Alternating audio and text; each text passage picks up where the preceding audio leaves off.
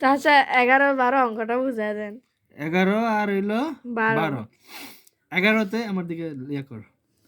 11তে বলা আছে 5 অঙ্কের কোনো বৃহত্তম সংখ্যাকে 16, 24, 30 ও 36 দিয়ে ভাগ করলে প্রত্যেকবার ভাগশেষ 10 হবে। বলছে 5 অঙ্কের কোনো বৃহত্তম সংখ্যাকে 16, 24, 30 ও 36 দিয়ে ভাগ করলে প্রত্যেকবার ভাগশেষ 10 হবে। তাহলে সেটা কিভাবে হবে?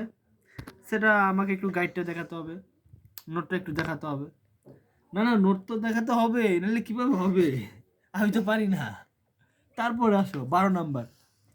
কোনো বাস স্ট্যান্ড থেকে 4টি বাস একটি নির্দিষ্ট সময় পর যথাক্রমে 10 কিলো, 20 কিলো, 24 কিলো ও 32 কিলো পথ অতিক্রম করে।